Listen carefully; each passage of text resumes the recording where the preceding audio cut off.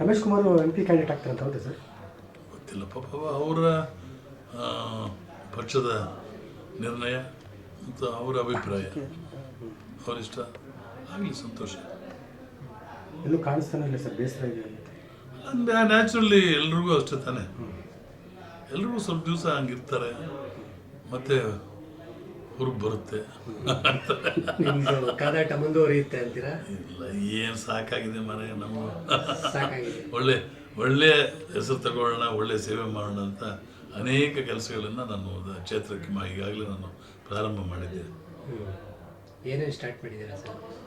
ಇವಾಗ Kolar to Srinivaspur road ಒಂದು ಸುಮಾರು 40 ಕೋಟಿ ರೂಪಾಯಿನ ಯೋಜನೆಯಲ್ಲಿ, ಮತ್ತು ಈ ಒಂದು ಸುಮಾರು 5,000 ಎಕರೆಯಲ್ಲಿ ಈ ಇಂಡಸ್ಟ್ರಿಯಲ್ ಏರಿಯಾ ಮಾಡಬೇಕು ಅಂತ ಈಗಾಗಲೇ ಒಂದು, ಆಮೇಲೆ national highway number 4 Mulbagal road approve ಆಗಿದೆ, ಒಂದು 2-3 ಸಾವಿರ ಎಕರೆ.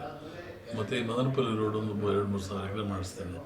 ಎಲ್ಲ ಎಂಟೈರ್ ತಾಲೂಕು ಯುವಕರಿಗೆ ಒಂದು ಉದ್ಯೋಗ ಅವಕಾಶ ಸಿಗಲಿ ಅಂತ ನಮ್ಮ ಆಗಿದೆ ಈ KID ಮೇಲೆ ಒಂದು ಈಗಾಗಲೇ ಬೋರ್ಡಲ್ಲಿ ಅಪ್ರೂವ್ ಆಗಿದೆ. ಒಂದು ಕಡೆ ಆಗಿದೆ, ಇನ್ನೊಂದು ಕಡೆ ಪಾರ್ಟ್ ಆಗುತ್ತೆ, ಅದೇನು ಪ್ರಾಬ್ಲಮ್ ಇಲ್ಲ.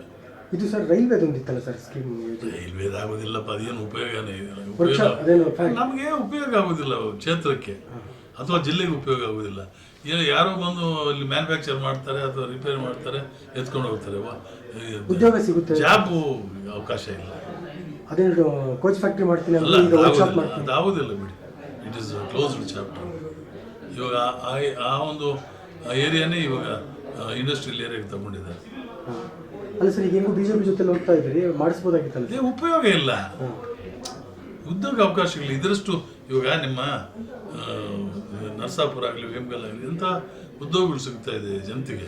ಈಗ ಶ್ರೀನಿವಾಸಪುರ ಮಾವು ಸಂಸ್ಕರಣಾ ಘಟಕ ವರ್ಷಗಳ ಇವತ್ತು ನಾನು ಮುಖ್ಯವಾಗಿ ಈಗಾಗಲೇ ನಾನು ಲೆಟರ್ ರೆಡಿ ಮಾಡಿದ್ದೇನೆ, ಈಗಾಗಲೇ ಮುಖ್ಯಮಂತ್ರಿಗಳು ಕೊಟ್ಟಿದ್ದೇನೆ, ಮೊನ್ನೆ ನಮ್ಮ ಜಿಲ್ಲಾ ಸಚಿವರು ಕೊಡ್ತೇನೆ. ಇವತ್ತು ಮೀಟಿಂಗಲ್ಲಿ ಕೂಡ ನಾನು ಅರ್ಜಿ ಮಾಡ್ತೇನೆ.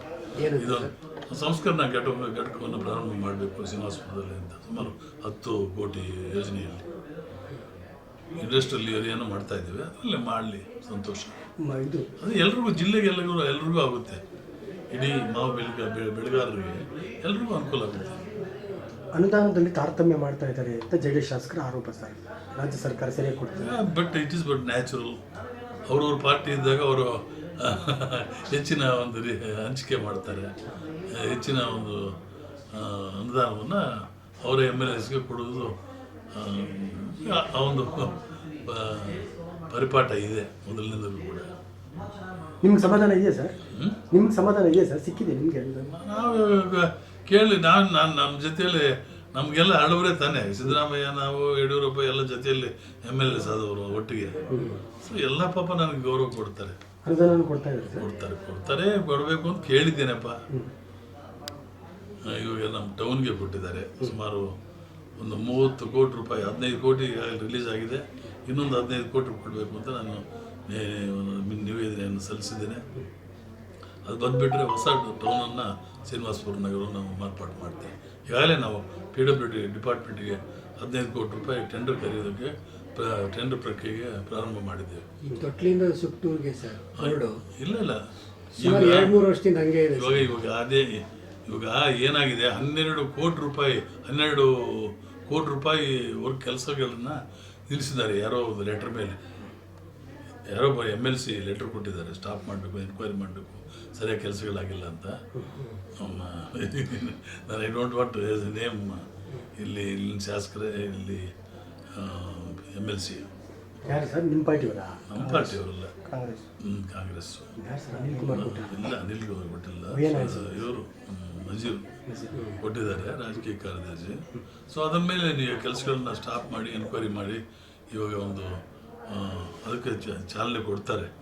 ಆದಷ್ಟು ಬೇಗ ಚಾಲನೆ ಕೊಡಬೇಕು ಅಂತ ನಾನು ಮನವಿ ಮಾಡಿದ್ದೇನೆ PWD ಡಿಪಾರ್ಟ್ಮೆಂಟನ್ನು, PWD ಮಿನಿಸ್ಟ್ರನ್ನ, ಮತ್ತು ಇವರು ಪ್ರಿನ್ಸಿಪಾಲ್ ಸೆಕ್ರೆಟರಿ ಅವ್ರನ್ನ, ಮತ್ತು ಚೀಫ್ ಮಿನಿಸ್ಟರ್ನ. ಸೊ ಈ ತೀರ್ಮಾನ ಆಗುತ್ತೆ. ಎಲ್ಲ ರೋಡ್ಗಳು ಪೆಂಡಿಂಗ್ ಇದೆ, ನೋವಾಗುತ್ತೆ. ಜನ, ಮಕ್ಕಳು, ಮರಿಗಳು ಪಾಪ ಜಲ್ಲಿಯಲ್ಲಿ ಹೋಗಬೇಕಾದ್ರೆ ಭಾರಿ ಕಷ್ಟ.